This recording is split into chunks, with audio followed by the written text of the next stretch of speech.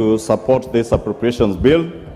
Honorable Speaker, I will restrain myself from speaking to the gallery and answering to the many things that the leader of minority has spoken to, because it is within his right as a leader of minority to play to the gallery and raise issues that may not necessarily be in this appropriations bill. But Honorable Speaker, allow me, because one of the things I've heard being mentioned is the question of monies being allocated in this appropriations bill. Yes, what's your point of order?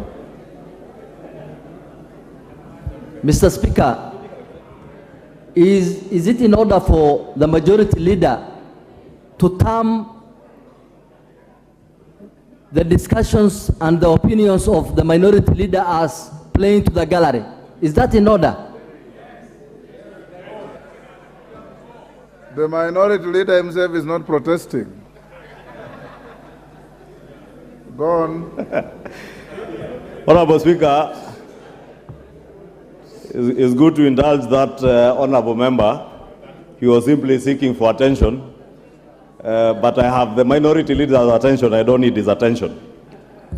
Honorable Speaker, I was saying, speaking to the question of pending bills, Honorable Speaker, in this appropriations bill, Honorable Speaker, because it is simply buttressing what we did during Committee of Supply, and we were all here during Committee of Supply, and I must thank all the members who stayed on here until about 10 p.m. to supply resources to our MDAs. Honorable Speaker, unlike what is being said, it is true that in this appropriations bill and what we supplied to our MDAs, for instance, the largest pending bills are in the road sector. And indeed, all these members in this House, Honorable Speaker, will tell you, in each of our constituencies, we have either a road that was to start that is yet to start, or a road that had started but stalled because of pending bills, Honorable Speaker. And the quantum of those pending bills, if members care to listen to the chairman of the Budget Appropriations Committee, was a quantum of close to 1 trillion shillings. That means half of the resources we will generate in terms of ordinary revenue could only go towards settlement of pending bills in the road sector, Honorable Speaker. But amidst all the constraints that we have with our resources, Honorable Speaker, the Budget and Appropriations Committee, and indeed the House last week in supplied a quantum of 250 billion shillings to the road sector to help start dealing with the question of pending bills in the road sector. And indeed, Honorable Speaker, you will see with time, as at when exchequer releases begin, hopefully after the month of July, Honorable Speaker, if we agree with the chair of the Finance Committee and finish with the finance bill third reading today or in the course of the day tomorrow, Honorable Speaker, and we are able to generate adequate revenues to be able to unlock the question that the leader of minority rightly says, that we have a huge problem of pending bills. That 250 billion shillings to the road sector is not enough. Even after rationalizing all those roads projects that have been committed to, the figure came to about 730 billion.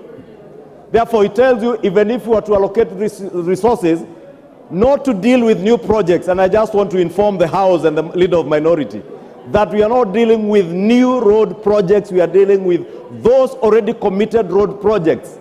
And it will take ordinarily, either we commit the entire of our development expenditure to the road sector without having to deal with anything else, or we do what the Budget and Appropriations Committee recommended, that we allocate 250 billion shillings this year. If we perform better in terms of revenue allocation, next year we can do another 300 to 400 billion shillings.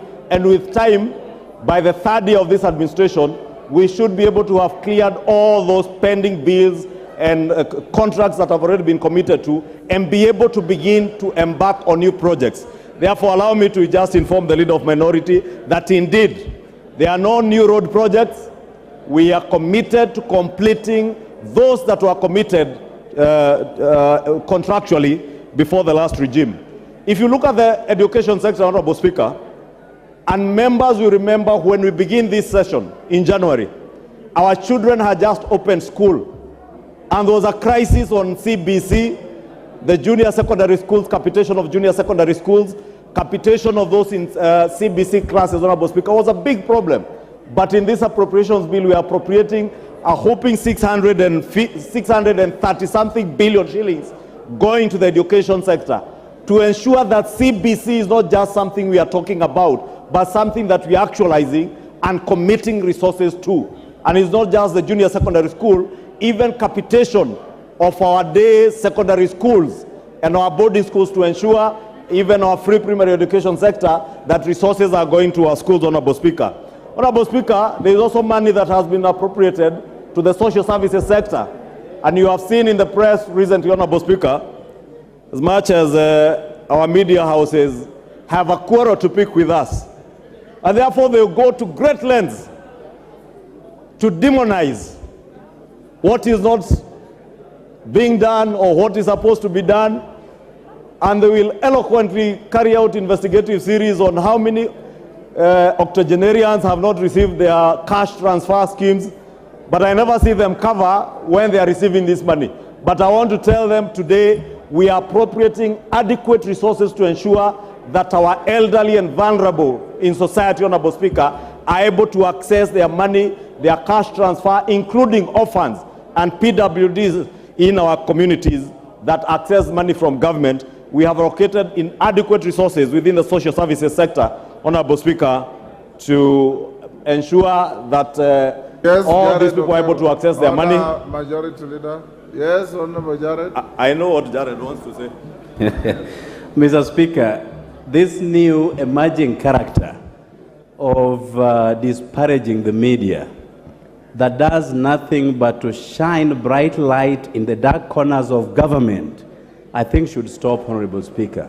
What is We your point get of order? informed through the media, we get news through the media, and if somebody has a beef to pick with the media, they have professional bodies around the media houses. What is the Speaker. point of order, Jared? My point of order is to ask the majority leader, together with his surrogates, to stop disparaging the media, Honorable Speaker. The media plays an important role to this country and to the world at large, Honorable Speaker, and I thank you. Ichungwa, endelea. Honorable Speaker, allow me to ignore what only warrants to be ignored. Honorable Speaker, in this appropriations bill, in conclusion, Honorable Speaker, we have allocated immense resources to our own pet subject of CDF. And I know, Honorable Speaker, CDF is misconstrued out there to be money that belongs to these members of parliament. But CDF is money that belongs to our voters, the people who have sent us to this house, Honorable Speaker. And the resources that have been devoted to CDF this financial year, Honorable Speaker, will not only go to supplement what has been devoted through the Ministry of Education, that 630 billion shillings going to the Ministry of Education, but also to supplement our bursary schemes, Honorable Speaker, in our constituencies, to ensure that the children who have been committed to schools, who are getting school capitation, that school capitation is not adequate and is not enough. Those children need school bursaries. Honorable Speaker, we are talking about digital hubs in our constituencies. I want to ask members of parliament, now that the government, and I am sure the ICT committee will be briefing members on this, is intent on establishing ICT innovation hubs in every ward in our constituencies, to at least in the next financial year, as we retreat for the short recess, which, Honorable Speaker, I know many of the members will retreat to do their proposals.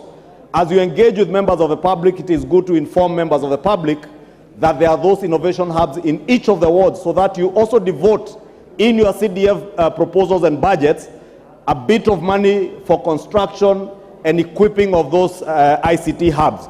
Government has, through ICTA, the ICT authority, has adequate equipment in terms of the digital equipment, computers, and also ensuring that you have connectivity in those ICT hubs, so that we also help our children, our young men and women in our constituencies who have no jobs, to be trained under the Jitume program, to be able to access online jobs and be able to work from the ICT hubs, and also to work from home and access online jobs even outside the country, Honorable Speaker.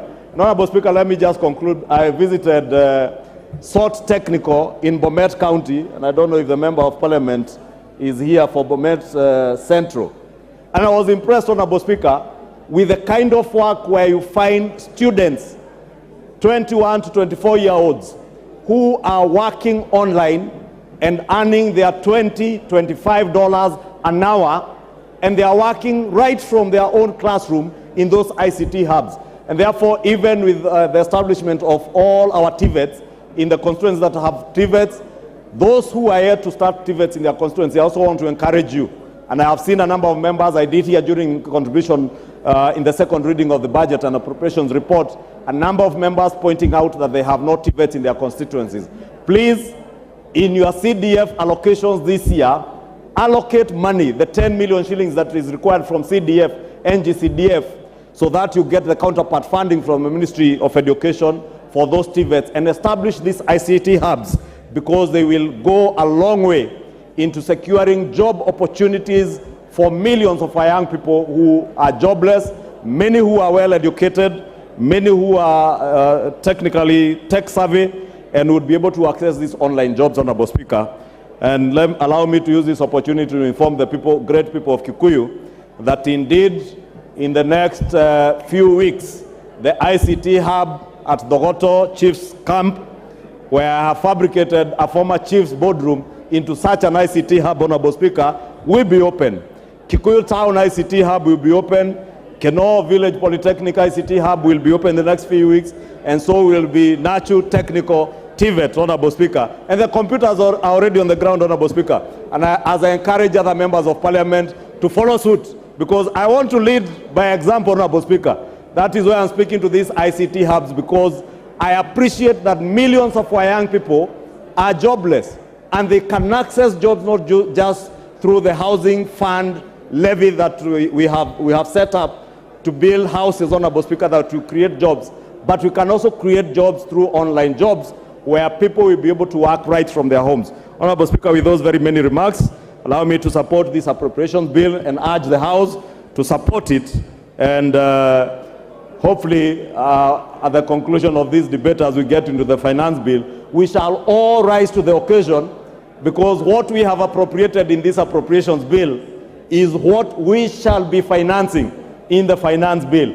And I do hope even the myriad of amendments that I see on the order paper will be towards the goal of helping government realize higher revenues, so that we also don't get deeper into the pit of borrowing, Honorable Speaker. And with those many remarks, I beg to support.